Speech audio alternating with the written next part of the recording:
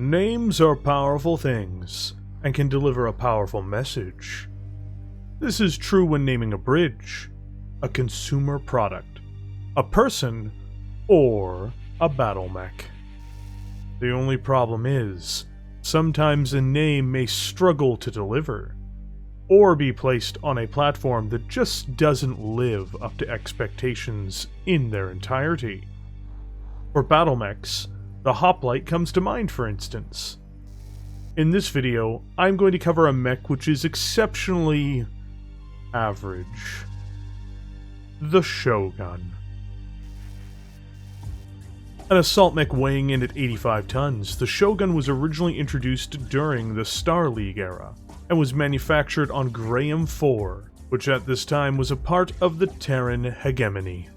Typically, a mech named this way would have been presumed to be a product of the Draconis Combine, though in defiance of expectations, the Terrans would be the originators of the Shogun in this case. The world of Graham 4 would change hands numerous times throughout the Succession Wars, though it would first change over to the Free Worlds League, before the world's industrial value plummeted due to the fighting related to the Succession Wars themselves. It would be the Free Worlds League that would confirm that the Shogun and its production came to a halt. Funnily enough, the Shogun itself was a very uncommon mech throughout its history, dating all the way back to the Reunification Wars. This bipedal vehicle would re-emerge into the inner sphere with the Wolf's Dragoons, and would be almost exclusively deployed by them during this era and moving forward. The Mercenary unit would even go as far as trying to find a local manufacturer for replacement parts for the design to keep them in operation, though they were unable to find a partner in this, especially since Graham 4 proved unhelpful with patents or any other kind of technical assistance. After the clan invasion, it became almost impossible to keep most of these in operation. There are several clan tech upgrade models of this, and they are not considered 2C variants. They would continue to exist in some capacity after the invasion and the Blakest era of Battletech, but the number of these mechs are frankly limited as well. The Shogun is a mech which is now near extinction, and this is mostly unnoticed by almost everyone, both in-universe and without. A name only goes so far, and the Shogun itself is frankly very by the numbers, both in its appearance and capabilities. When the last of these fades away from the battlefield, few will notice and few will mourn it. A rarity even at the time of its production, the Shogun in all of its forms have a series of quirks which we're going to be talking about now. First, these Battlemechs universally have the Barrel Fist quirk, which in essence means it can punch without penalty despite lacking hands, which is somewhat useful for this 85-ton machine. This is not the only quirk the Shogun has, as you might assume. Because of its limited production run throughout the Star League era, it suffers from the non-standards part quirk, which means in campaign play it can be more difficult and expensive to repair. Worse yet, combining with this for campaign play, the Shogun also suffers from the difficult to maintain quirk, meaning that it is also a problem child to keep in the field, even outside of basic repairs. In terms of advanced technologies, despite being a Star League era mech, the SHG-2E and the SHG-2F, the most common variants from the Star League and later the Wolf's Dragoons, did not possess any advanced internal systems. It uses a standard gyro, internal structure, and cockpit. Powered by a Strand 255 Fusion Standard engine, the Shogun is able to move up to 54 km per hour, or 5 movement points in the tabletop game, which is very standard for a mech of this weight class. It can keep up with breakthrough formations, though it is slower than the average battle line formation. It has the ability to leap up to 90 meters, or 3 hexes, using its Anderson Propulsion 21 jump jets. Jumping offers the Shogun some options in combat, but for a mech with its weapons configuration, it may seem a bit out of place. The original configuration of the Shogun is from an earlier time, where double heat sinks were less abundant, and this was never corrected in any meaningful upgrade for the 85-ton mech. It invests 7 tons in heat sinks, resulting in it having the ability to cool up to 17 every turn. Given its weapons payload and jump jets, this feels underwhelming for a Star League era mech especially, or even for the clan invasion. Though it is competitive with the mechs of the Succession Wars when rare examples were found and deployed, or when they were put into action under the banner of the Wolf's Dragoons. Despite perhaps running into heat issues, the Shogun does possess an array of seemingly deadly missiles at its disposal. To start with, it has twin Coventry Starfire LRM-15 missile systems, with one installed in each of its arms.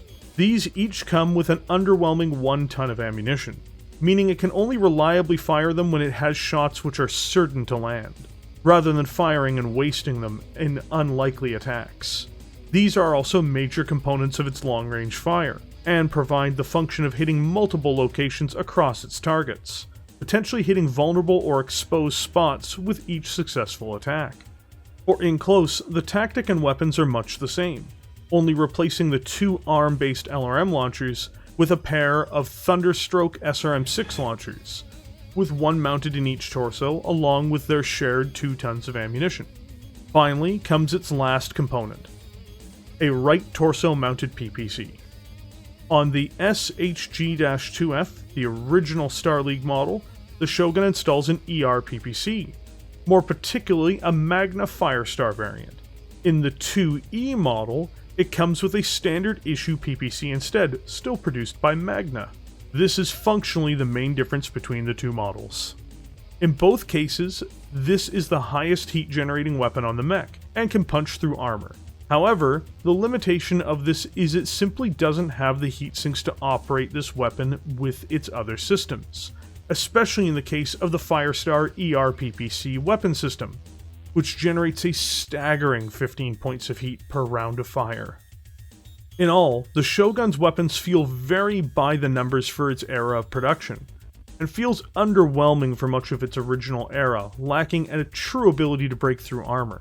While its firepower certainly could not be ignored, it is not truly reliable, and it is not cooled sufficiently to use these weapons to their best effect.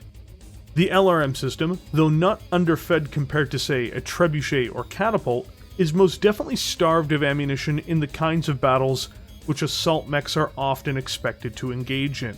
In essence, it lacks stamina in the attack. While the Shogun seems mostly by the numbers when it comes to its weapons and movement, it does shine through in defense. Many assault mechs end up being underprotected in order to increase mobility, firepower, or cooling.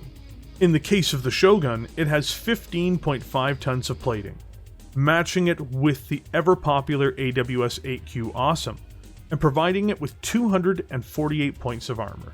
This is impressive for its weight class, but it's important to add that this is most definitely needed, due to it having a large volume of ammunition on board.